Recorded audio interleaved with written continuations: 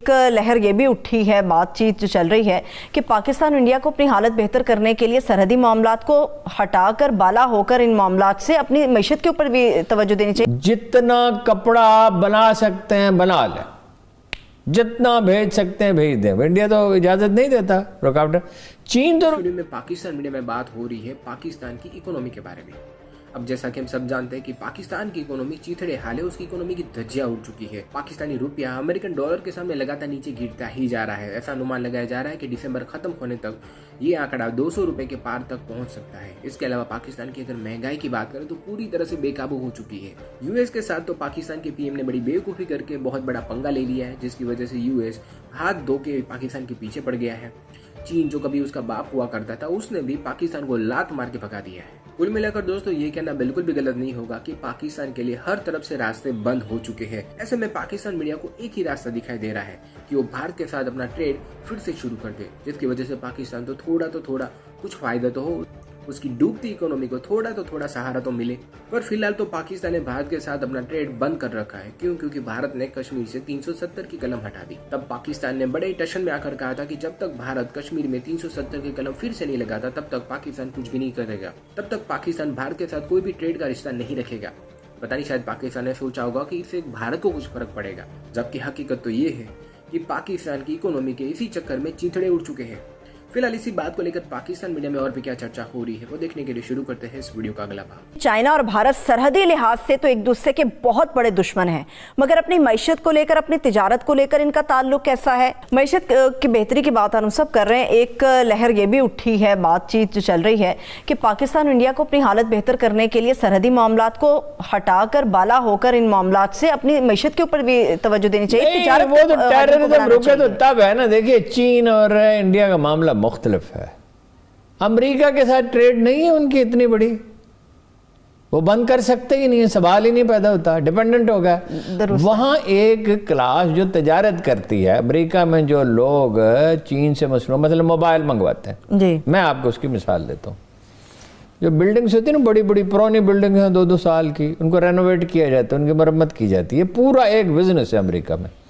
اس کے لیے کیمرے استعمال ہوتے تھے، اب پتہ نہیں اب بھی ہوتے ہیں یا نہیں، میں تو 20 سال پہلے گیا تھا، اس وقت کی بات کر رہا ہوں، 21 سال پہلے۔ تو وہ کیمرہ جو ہے امریکی مارکیٹ میں وہ اویلیبل تھا $8-9 کا، وہ ایک دفعہ استعمال کے بعد ضائع ہو جاتا تھا، تصویریں بنا لیتے تھے، اس پہ ایکسپرٹس کام کرتے تھے۔ وہ ایک نوجوان نے بیٹھ کے انٹرنیٹ پہ کام کیا تو پتہ چلا اس کی قیمت $1.25 ہے۔ اب لیبر سستی ہے نا چین میں، امریکہ میں مہنگی ہے، پھر چینی بہت محنتی ہے، امریکی اتنے محنتی تو نہیں ہے، تو ڈیپینڈنٹ ہیں ایک دوسرے پہ۔ $1.83 بلین کی تجارت تھی انڈیا اور چین کی آج سے 20 سال پہلے، 21 سال پہلے، اب ہوگی $100 بلین کی۔ دوسری بات یہ ہے کہ آپ بناتے کیا ہیں، آپ چین کو کیا دیں گے؟ چین نے تو آپ پہ بہت سی پابندیاں ختم کر رکھی ہیں، بہت نرمی کی ہے، بنگلہ دیش کے ساتھ بھی کی ہے، آپ بیچیں گے کیا ان کو؟ آپ چین کے لیے، چین کے 1.5 ارب آدمی لباس پہنتے ہیں۔ پاکستان میں تو بہت اچھی ٹیکسٹائل انڈسٹری ہے، کبھی یہاں گئے، ہمارے مارکیٹنگ کا پہلو بڑا کمزور ہے، وہاں جائیں۔ مطلب میں نے ایک اسلام آباد کے انڈسٹریلسٹ نے مجھے بتایا، one of the top industries, کہ ایک سکھ آیا، اس نے کہا جتنا کپڑا آپ بنا سکتے ہیں بنا لیں، جتنا بھیج سکتے ہیں بھیج دیں۔ انڈیا تو اجازت نہیں دیتا، رکاوٹ۔ چین تو رکاوٹ نہیں ڈالے گا، چین کیوں رکاوٹ ڈالے گا؟ پھر یہ ہے کہ $10 بلین کا، $15 بلین کا مال آتا ہے چین سے، دکھایا $10 بلین کا جاتا ہے، ٹیکس ہضم کر لیا جاتا ہے۔ یہ FBR کتنی بڑی لعنت ہے، لوگوں کو اندازہ ہی نہیں ہے۔ یعنی FBR تو بطور ایک ادارے کے لازم ہے، کوئی ٹیکس کلیکٹرز کے بغیر کون سا ادارہ ہوتا ہے؟ لیکن اب سارا تھارولی کرپٹ ہو گیا۔ وہ کہتا ہے 20,000 آدمی ہیں جو کام نہیں کرتے یا کرپٹ ہیں۔ پچھلے چیئرمین نے کہا تو 2,000 آدمی ہیں، تو ان 20,000 کا کیا کرنا ہے؟ یعنی ان کے جرم کی سزا ملک کیوں بھگتے؟ انٹیلیجنس یونٹ بنائیں، جو ٹاپ کرپٹ ہیں 2-3 ہزار، ان کو تو نکال دیں۔ ضرورت کرنی پڑے گی. ٹھیک ہے, لیکن ہارون صاحب کیا ہمیں چائنا کی منڈیوں تک رسائی کے لیے مارکیٹنگ کو بہت زیادہ کینوس پر نہیں لے کر آنا چاہیے, ہمیں اپنے ڈیلیگیشنز نہیں بھیجنے چاہیے؟ بھائی ہمارا مارکیٹنگ کا رجحان ہی نہیں. میں نے سنڈے بازار میں نیو یارک میں ایک تھر کے ایک پاکستانی کو دیکھا, تو اس کی شکل مجھے جانی پہچانی لگی. میں نے کہا کہ آپ کو کہیں دیکھا ہے؟ انہوں نے کہا آپ نے میرے بھائی, آپ کہاں سے ہیں؟ میں نے کہا اسلام آباد سے. اچھا. اس نے کہا کہ آپ نے میرے بھائی کو دیکھا ہوگا, وہ بہت ہم شکل ہے میرا, بہت فرق. تو میں نے کہا کہ کیا, مجھے لگا کہ پڑھا لکھا آدمی نہیں. میں نے ذرا نرمی سے پوچھا تو اس نے بتا دیا کہ وہ بالکل ان پڑھ ہے. میں نے کہا تم نے کیسے کیا؟ یہاں بہت مینہٹن میں اس کی بڑی شاندار دکان تھی, اس کا کرایہ میرا خیال ہے $10,000-15,000 سے کم نہیں ہوگا. اچھا. میں گیا اس پہ اس سے ملنے کے لیے, تو اس نے کہا 1 سال میں نے امریکہ میں گھومتا پھرتا رہا. ہمارا مسلمان بزنس کرتے نہیں تھے, نوکری کرتے تھے یا ذمہ داری کرتے تھے, کاشتکاری کرتے تھے.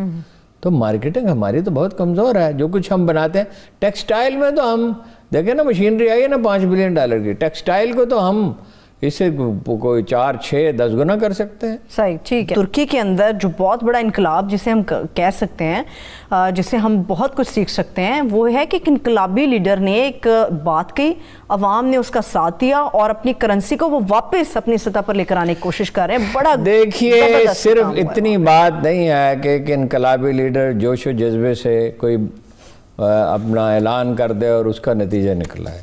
ظاہر ہے بہت دن سے ترکی لیرہ کی قیمت گر رہی تھی اور وہ کچھ نہیں کر سکے. انہوں نے پلان کیا, انہوں نے حساب لگایا. ان کی معیشت بڑی ہے, دنیا کی 20 بڑی معیشتوں میں سے ایک ہے. 2 سال پہلے تک تو میں ڈیٹا اس کا دیکھتا رہا ہوں کہ وہ دنیا میں 3ری سب سے زیادہ تیزی سے ترقی کرتی ہوئی معیشت تھی. انہوں نے پلان کیا کہ ڈالر جو ہے, جیسے ہمارے ہاں فرق ہے 8-10 روپے کا, 11 روپے کا بھی فرق ہو جاتا ہے. اب دبئی میں خریداری ہو رہی ہے, تو انہوں نے پلان کیا کہ ڈالر ہم خود خرید لیں. دوسری ہے تو ایک تو یہ کیا انہوں نے, اور انہوں نے کہا اپیل بھی کی, موٹیویٹ بھی کیا لوگوں کو. ایک دن میں $1 بلین جو ہیں وہ جمع ہو گئے, اور 50% جو ہے وہ اس کی قدر میں اضافہ ہو گیا. لیرہ کی قدر میں اضافہ ہو گیا, ڈالر کی قدر میں کم. اور کوشش ان کی ہے اسی سطح پہ لے جائیں.